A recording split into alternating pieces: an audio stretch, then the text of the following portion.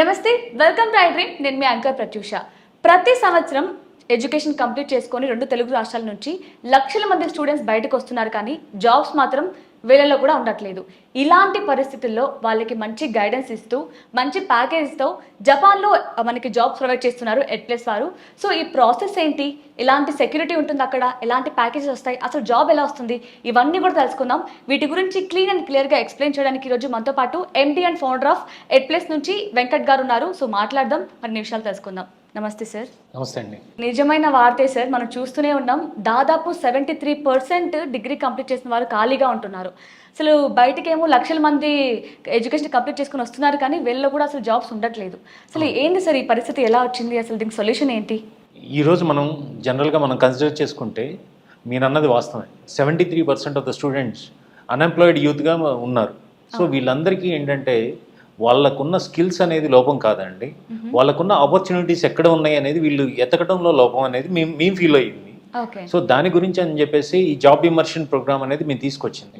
ఇది ఈరోజు ఏదో ED+ అనేది తీసుకొచ్చింది కాదండి. There is number of opportunities.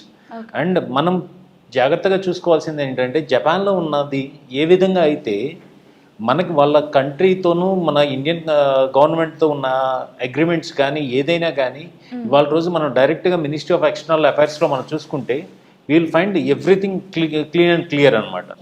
So కాకపోతే ఏంటంటే ఇక్కడికి వచ్చే మెయిన్ ప్రాబ్లం ఏంటంటే లాంగ్వేజ్ అనేది ప్రాబ్లం అండి. నిహాంగో అంటారు జపనీస్ లాంగ్వేజ్ని. ఆ లాంగ్వేజ్ అనేది ప్రాబ్లంగా ఉంది. But we are seeing lot of youth అనమాట. మన తెలుగు యూత్ ఎవరైతే ఉన్నారో they are very good at learning the languages అనమాట. సో ప్రతి ఒక్కరికి ఏంటంటే ఈ ఆపర్చునిటీ రావాలి అనేది మా ఒపీనియన్గా we are just bringing this one అనమాట. ఓకే, సో మీరు అన్నట్లు జపాన్ లాంగ్వేజ్ చాలా కష్టం. సో దానికి మీ దగ్గర సొల్యూషన్ ఏంటి సార్? అంటే ముందే నేర్పిస్తారా, అక్కడికి వెళ్ళాక నేర్చుకోవాలా, ఏంటి ప్రాసెస్? జనరల్గా ఈ ఎంటైర్ ప్రోగ్రామ్ని మనం చూసుకుంటే జాబ్ ఇమ్మర్షన్ ప్రోగ్రామ్ అని అంటున్నాం. అంటే ఎవరైనా డిగ్రీ గ్రాడ్యుయేట్ అవ్వచ్చు, లేదా ఇంజనీరింగ్ గ్రాడ్యుయేట్ అవ్వచ్చు, లేదా బిజినెస్ గ్రాడ్యుయేట్ అవ్వచ్చు, హోటల్ ఇండస్ట్రీ గ్రాడ్యుయేట్ అవ్వచ్చు, ఎవరికైనా దే హ్యావ్ ద జాబ్స్ అండి. అండ్ 2025 అగ్రిమెంట్ ప్రకారం they need almost around 5 lakh skilled వర్కర్స్ని కావాలి. సో 5 lakh స్కిల్డ్ వర్కర్స్ ఎవరైతే ఉన్నారో వాళ్ళని క్యాటర్ చేయాలి అంటే compulsory they need to learn the languages అని.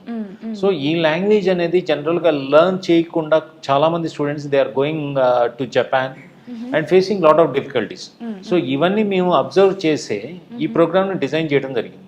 సో ఏదైతే ఈ నిహాంగో లాంగ్వేజ్ ఏదైతే ఉందో దాన్ని N5, N4, N3గా ఆర్ N2, N1గా డివైడ్ చేశారండి. సో వాటిలో మనం చూసుకుంటే వచ్చేసి మనకున్న ఆప్షన్స్ వచ్చేసి N5, N4 లాంగ్వేజ్ అనేది మనం ఇండియాలోనే జపనీస్ ఫ్యాకల్టీ ద్వారా మనం టీచ్ చేయడం జరుగుతుందండి. సో అది అయిపోయిన తర్వాత they will be having the interviews with the companies అనమాట. సో కంపెనీస్ ఇంటర్వ్యూ అయిపోయిన తర్వాత student will be flying to Japan to do the N3 language. N3 language చేసుకుంటా he can apply for the part time jobs అండి. ఆ part time jobs కూడా అక్కడ ఏదైతే యూనివర్సిటీకి వెళ్తున్నారో that is the responsibility of the university to give the part time job. So ఆ part time జాబ్ని కూడా మేము 100% మన స్టూడెంట్స్ కూడా అవైల్ అవుతున్నాయి. సో ఇక్కడ ఏదైనా కానీ బ్లాక్ అండ్ వైట్గా క్లియర్గా ఉంటుంది కాబట్టి student will not be having any problem at all.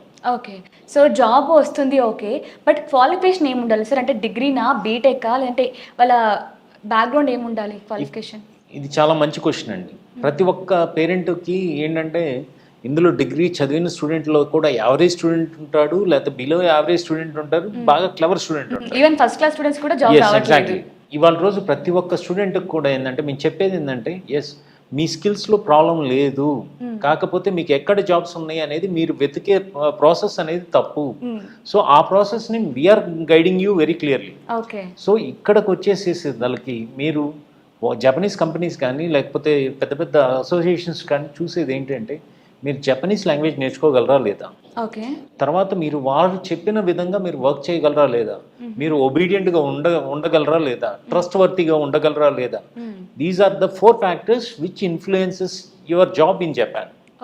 So అంతేగాని నేను అమ్మ IITN లేకపోతే నేనేదో చిన్న కాలేజ్ నుంచి అనేది Japan will never consider that. See, they will be considering only one thing. మీరు నేర్చుకునే తపన ఉందా లేదా అనేది. ఈ తపనలో మన తెలుగు విద్యార్థులు ఎవరైతే ఉన్నారో దే ఆర్ వెరీ గుడ్ అండి when it comparatively with the entire India. So ఇండియాలో ఉన్న ప్రతి ఒక్క గ్రాడ్యుయేట్తో మనం పోల్చుకోగలిగితే మన తెలుగు విద్యార్థులు చాలా మంచి వాళ్ళు, అంటే నేర్చుకోవడానికి చాలా ముందుంటారండి. ఓకే, సో క్వాలిఫికేషన్ కూడా మీరు ఎక్స్ప్లెయిన్ చేశారు. బట్ ఇప్పుడు చాలా కంట్రీస్ ఉన్నాయి సార్, మనకి అమెరికా ఉంది, ఆస్ట్రేలియా ఉంది, కెనడా ఉంది. ఎందుకు మీరు జపానే చూస్ చేసుకున్నారు? ఏమైనా పర్టికులర్ రీజన్స్ ఏమైనా ఉన్నాయా? ఒకటి ఆలోచన చేయండి. ఇప్పుడు జనరల్గా ప్రతి ఒక్క విద్యార్థి ఏం చేస్తారు, సరే నేను మాస్టర్స్ చేస్తే నాకేదో లైఫ్ ఉంటుంది, లేకపోతే నేను యూఎస్కి వెళ్తే నాకు మన పక్కింటోడు వెళ్ళాడు లేదా ఎదురింటోడు వెళ్ళాడు, ఈ కాన్సెప్టే ఇప్పుడు దాకా ఉందండి. సి ఈ కాన్సెప్ట్లో మీరు చూసుకుంటే ఇవాళ రోజు అమెరికాలో కానీ, యూకేలో కానీ, జర్మనీలో కానీ, లేకపోతే వేరే కంట్రీలో ఎక్కడైనా కానీ ఎంతమంది పర్సంటేజ్ ఆఫ్ స్టూడెంట్స్ సెటిల్ అవుతున్నారు అని చూసుకుంటే చాలా తక్కువ అండి. కోవిడ్ తర్వాత కొన్ని లక్షల మంది యుఎస్ వెళ్ళారు. ఈ రోజు చాలా మంది ఇబ్బందులు పడుతున్నారు. అంటే ప్రతి ఒక్క పేరెంట్ 30 లక్షలు 40 లక్షలు అప్పు చేసి మరీ పంపించిన పరిస్థితి. అండ్ అదే స్టూడెంట్ మళ్ళీ తిరిగి వచ్చిన తర్వాత ఇక్కడ లోన్లు కట్టుకోలేక, జాబులు లేక ఎంత ఇబ్బంది పడుతున్నారో అనేది ప్రతి ఒక్క పేరెంట్కి తెలుసండి. కానీ ఇక్కడ మేము చెప్పేది ఏంటంటే, see when you are considering, you are going for a job which is in a clear pathway అండి. ఆ క్లియర్ పాత్వే అనేది కూడా మీకు ఇందాక ఎక్స్ప్లెయిన్ చేసింది. సో ఇందులో ఏదో ED+ ఏదో మంత్రదండం పట్టుకొని ఏదో జూమంతర్ అని చేసినట్టు కూడా కాదండి. ఇట్ ఈస్ వెరీ క్లియర్గా when you learn the language everything falls in a line. So అది క్లియర్గా మేము చెప్తున్నాం. సో ఇందులో ఏ కొంచెం కూడా మీరు ఇబ్బంది పడాల్సిన పని అనేది లేదు. And it is very nominal fees when it comparatively with the fees of America and UK ఫీజులతో. సో మీరు చూసుకుంటే ఈరోజు కూడా లాట్ ఆఫ్ పీపుల్ 40 లక్షలు 50 లక్షలు స్పెండ్ చేసేసి ఇబ్బంది పడుతున్న పరిస్థితి. బట్ ఇక్కడ ఆ పరిస్థితి లేదండి. చాలా నామినల్, అంటే 1/4 ఆఫ్ దేర్ ఫీజెస్, అంటే maybe around 16-17 lakhs is good to spend a quality life in Japan అన్నమాట. ఓకే. సో ఆల్రెడీ జాబ్ లేక స్ట్రగుల్స్ లో ఉన్న వాళ్ళకి మళ్ళీ ఎక్కువ స్ట్రగుల్ ఇవ్వకూడదు అనే ఆప్షన్ లో మీరు చూస్ చేస్తారు. ఎడ్ప్లస్ అనేది ఆల్వేస్ మీకు రివర్స్ ఇంజనీరింగ్ చేస్తుంది. ఎక్కడైతే జాబ్స్ ఉన్నాయి, మన స్టూడెంట్స్ ఏ విధంగా సెటిల్ అవుతారు, ఏ విధంగా ప్రిపేర్ అయితే వాళ్ళు బాగా సెటిల్ అవుతారు అన్న ఆలోచనలో ఈ ప్రోగ్రామ్ డిజైన్ చేయడం జరిగిందండి.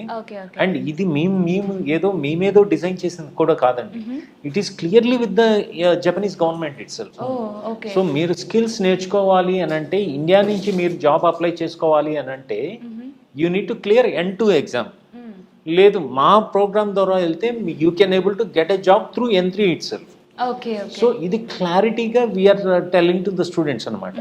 సో కాకపోతే ఏంటంటే ఆ జాబ్ నేర్చుకోవాలి అన్న తపన ఉన్న స్టూడెంట్స్కే దే విల్ సర్వైవ్ దేర్ అనేది మేము వెరీ క్లియర్గా చెప్తున్నామండి. Okay.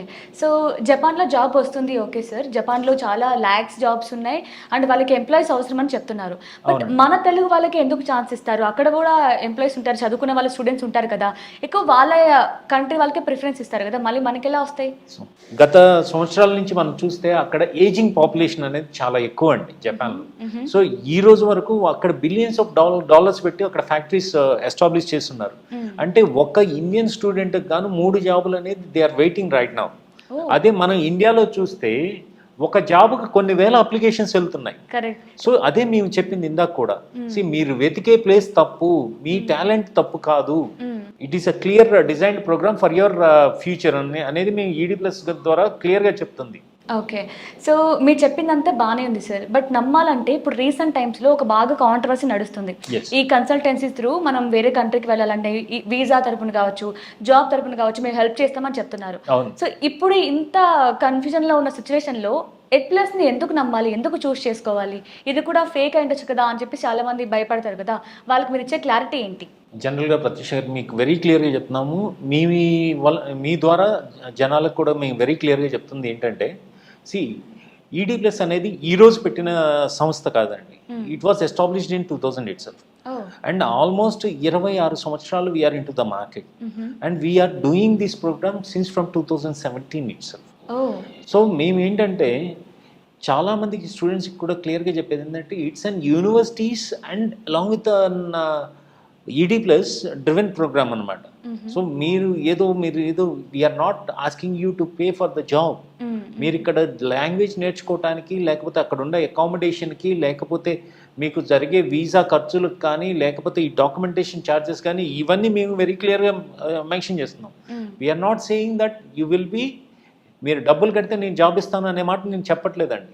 It is not that, it is the thing we are training you for the job in order to attain a good life in Japan. Okay. So ఇదంతా నమ్మాలి అంటే పేరెంట్స్కి చాలా కష్టం. ఇప్పుడు పిల్లలు ఎడ్యుకేటెడ్ అయి ఉండొచ్చేమో కానీ పేరెంట్స్ చాలా మంది చదువుకొని వాళ్ళు ఉంటారు. అండ్ వేరే కంట్రీ అంటే ఫస్ట్ వాళ్ళ మైండ్లో వచ్చే థాట్ ఏంటంటే, నా పిల్లలు అక్కడ సేఫ్గా ఉంటారా, ఏదో వేరే కంట్రీ ఎలా ఉంటారు, అక్కడ జాబ్ వస్తుందా, నిజంగానే మంచి ప్యాకేజెస్ వస్తాయా అని భయపడుతూ ఉంటారు. సో వాళ్ళకి మీరు ఎలాంటి భరోసా ఇస్తున్నారు? జనరల్గా ప్రతి పేరెంట్కి ఉన్న ఆలోచన అండి. కానీ ఈరోజు మనం చూసుకుంటే మగ పిల్లల కన్నా ఆడపిల్లలకి వెళ్ళి అక్కడ జాబులు చేసుకొని హ్యాపీగా సెటిల్ అవుతున్నారండి. And Japan is the beautiful country. జపాన్లో వచ్చేసి మీకు యానిమే, లేకపోతే బుల్లెట్ ట్రైన్స్, లేకపోతే ఓన్లీ టెక్నాలజీ అనే కాదండి. If you see that the value of the passport of Japan అనేది it is almost stands second in the world. అంటే మీరు చాలా కంట్రీస్కి వితౌట్ వీసా వెళ్ళొచ్చండి. దే ఆర్ పీస్ లవర్స్ కాబట్టి they have this advantage. And వేరే కంట్రీస్ లాగా అక్కడ జియో పొలిటికల్ సినారియో అయితే లేదు. ఇవాళ రోజు మీరు చూసుకుంటే they are very happy and happy living place అనమాట. సో అలాంటి ప్లేస్కి వెళ్ళేటప్పుడు we don't find any difficulty for our Indian students, especially for Telugu students అండి. They are very happy, they are settle in a bigger manner. Okay. So వేరే country అయినప్పటికీ జపాన్లో సేఫ్గా ఉంటారు అంటారు మన ఇండియన్స్. ఓకే. ఇప్పుడు పేరెంట్స్కి ఓకే, బట్ స్టూడెంట్స్కి ఏంటంటే అక్కడికి వెళ్ళాక, ఇప్పుడు మీరు ఇందాక అన్నారు కదా, ఇక్కడ ఏదో జాబ్ లేదనే టెన్షన్లో 10,000కి 15,000కి జాయిన్ అయిపోతూ ఉంటారు. సో ఇక్కడ ఆ పేతో సర్వైవ్ అవ్వడం కొంచెం బెటర్, ఈజీనే, అంటే బ్యాచిలర్స్గా ఉన్నప్పుడు. మరి అక్కడ ఎలా ఉంటాయి సార్? అక్కడ ఎక్స్పెన్సెస్ కూడా చాలా ఎక్కువ ఉంటాయి కదా, మరి ప్యాకేజ్ ఎంతలో ఇస్తున్నారు? జనరల్గా మీరు అన్నారండి ఇందాక 10,000 లేదా 15,000 రూపాయల జాబులకి ఎందుకు సెటిల్ అవుతున్నారు? మీరు డిగ్రీ అయిపోయినాక 1 సంవత్సరంలో జాబ్ వస్తుంది అని అనుకున్నది అది 2 సంవత్సరాలు అవ్వచ్చు, లేకపోతే 3 సంవత్సరాలు అవ్వచ్చు, 4 సంవత్సరాలు అవ్వచ్చు. సో ఆ ఫస్ట్రేషన్లో మనకి ఏదో ఒక జాబ్ వచ్చేసిందిలే అన్న ఫస్ట్రేషన్లో దే ఆర్ జాయినింగ్. బట్ అక్కడ వాళ్ళ కోరికలు కానీ లేకపోతే ఇవన్నీ చంపుకొని ఉంటున్నారండి. Japan is the place where you need not to do that. And మీకు వచ్చే శాలరీ కూడా starting salary basic entry level జాబ్కి ఇట్స్ అరౌండ్ 1,30,000 అండి. సో ఈ 1,30,000లో కూడా మీకు ఖర్చు వస్తే ఆల్మోస్ట్ మహా అయితే 30,000 రూపాయలు లేదా 40,000 రూపాయలు మీకు ఖర్చు వస్తుందండి. But you can earn with around 1 lakh. And earning అనేది సమస్య కాదండి ఇక్కడ. మీ the way of life and also the experience what you are getting అనేది దట్ మ్యాటర్స్.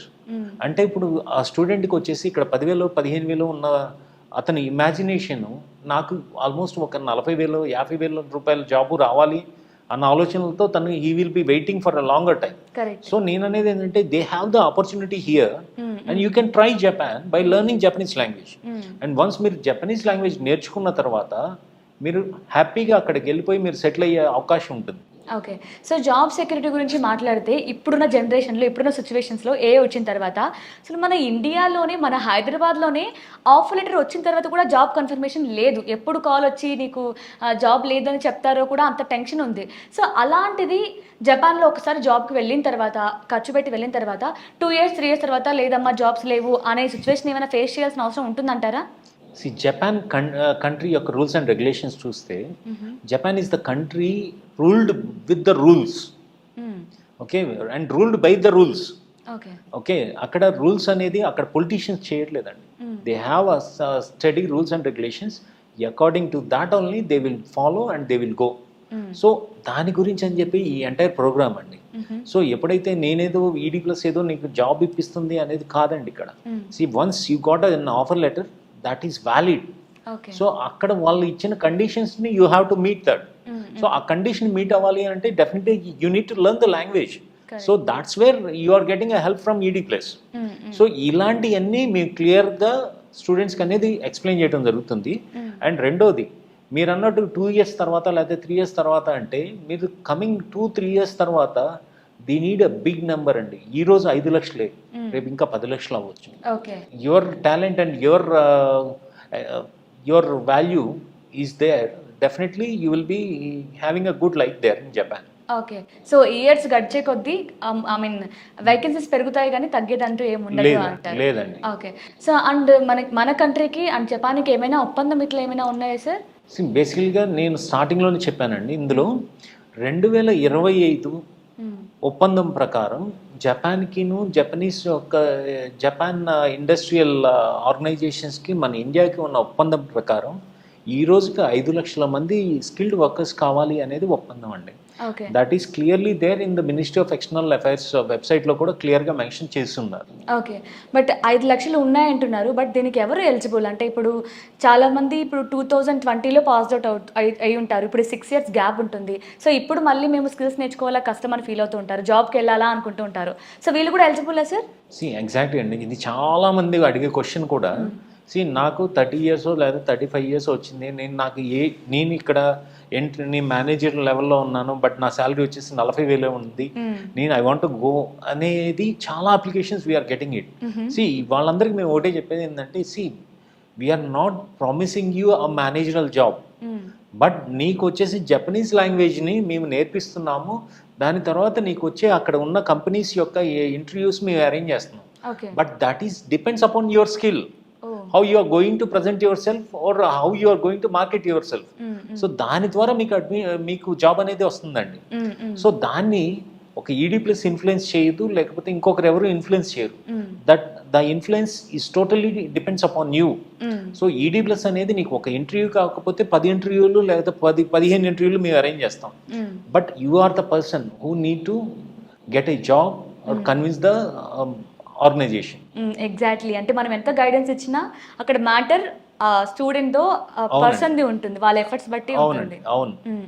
సో ఫైనల్గా ఇప్పుడు ఒకవేళ అక్కడికి జాయిన్ అవ్వాలన్నా, మేము జాబ్లో మేము వెళ్తాం జపాన్కి, మాకు ఇంట్రెస్టెడ్ ఉన్నాము అనుకునే వాళ్ళకి మీరు ఇచ్చే మెసేజ్ ఏంటి, అడ్వైజ్ ఏంటి? జనరల్గా don't fall in the traps అండి. మేము వెరీ క్లియర్గా చెప్తుంది ఏంటంటే, when you contact us ED plus, we will show you a right path. So ఆ పాత్ కరెక్టా కాదా అనేది you can also check with the agencies. లేకపోతే ప్రతి ఒక్క పేరెంట్కి ఏంటంటే, మీరు జాబ్ ఇప్పిస్తున్నారు లేదా మీరు ఇంటర్వ్యూ అరేంజ్ చేశారు, ఒక ఆఫర్ లెటర్ వచ్చింది, ఈ ఆఫర్ లెటర్ కరెక్టా కాదా అనేది ప్రతి ఒక్క పేరెంట్కి ఉండే డౌట్ కూడా ఉంటుంది. సో ఇక్కడ మేమేం చేస్తున్నాం అంటే, మీకు వచ్చిన ఆఫర్ లెటర్ ఎక్కడి నుంచి వచ్చింది, లేకపోతే అది కరెక్టా లేదా ఆ కంపెనీ ఉందా లేదా అనేది ఇవాళ రోజు మనం ఏ యుగంలో ఉన్నామండి. వీఆర్ నాట్ ఇన్ 90s లేకపోతే 80s లేము, చెప్పాలంటే ఫేక్ వరల్డ్ లోనే ఉన్నాం. అవును. సో మీరు క్లియర్గా మీరు మీరు బేస్ చేసుకొని, లేకపోతే you can just find it out whether you can call to the company you can send an email to the company. మీరు ప్రతి ఒక్కటి మీరు కన్సిడర్ చేసుకోవచ్చండి. సో అలాంటప్పుడు you will not be cheated. So ఇది వెరీ క్లియర్గా ప్రతి ఒక్క పేరెంట్కి కానీ ప్రతి ఒక్క స్టూడెంట్కి కానీ మేము చెప్పేది ఏంటంటే, take your decision promptly and decide yourself and come to ED Place. Nice sir, చాలా చక్కగా ఎక్స్ప్లెయిన్ చేశారు. It's a great thing actually. అంటే ఒకరికి మనం డబ్బు సహాయం చేయడము, లేదంటే ఒక సహాయం చేసేదాని బదులు ఒక జాబ్ ఇస్తే వాళ్ళ లైఫ్ మొత్తం గుర్తుపెట్టుకుంటారు. ఎందుకంటే ఇంకా లైఫ్ మొత్తం ఆ జాబ్ పైన వచ్చే ఇన్కమ్ పైన డిపెండ్ అయి ఉంటుంది కదా. సో ఆ ప్లేస్ని మీరు తీసుకున్నారు. So it's a great thing sir. Thank you so much sir, మీ టైంని మా కోసం స్పెండ్ చేసి చాలా చక్కగా ఎక్స్ప్లెయిన్ చేశారు. సో చూసారు కదా, ఎట్లెస్ గురించి కానీ ఈ ప్రాసెస్ గురించి కానీ మీకు ఇంకా మోర్ డీటెయిల్స్ కావాలి, ఏమైనా డౌట్స్ ఉన్నాయి, సో డైరెక్ట్గా మేము మాట్లాడాలి అనుకుంటే స్క్రీన్ మీద కనిపిస్తున్న నెంబర్కి కాంటాక్ట్ అవ్వండి. Thank you so much for watching.